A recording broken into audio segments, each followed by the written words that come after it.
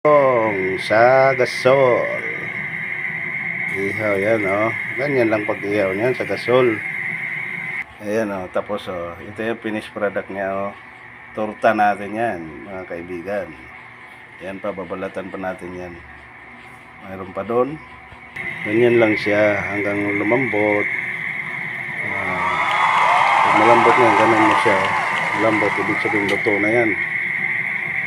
Lambot na siya. Balik-baliktarin mo lang yung lumambot yan. Ayan, mamaya kita ko finish product. Ito mga kaibigan, pagtapos ihaw, ganito lang pagbalat niyan. Tanggalin mo yung balat, yung talong. Ayan, tanggal siya. Yan lang, tapos itorta mo na siya. Ayan, o, tatanggal yung balat. Pagkatapos ihaw, ganyan lang pagtanggal. Ayan, tapos na siya. Tapos ganitohin mo yan mga kaibigan para makita mo siya kung baka may uod, kasi may mga talong na maraming uod, di ba? Ngayon mo para makita mo kung may sira yung talong.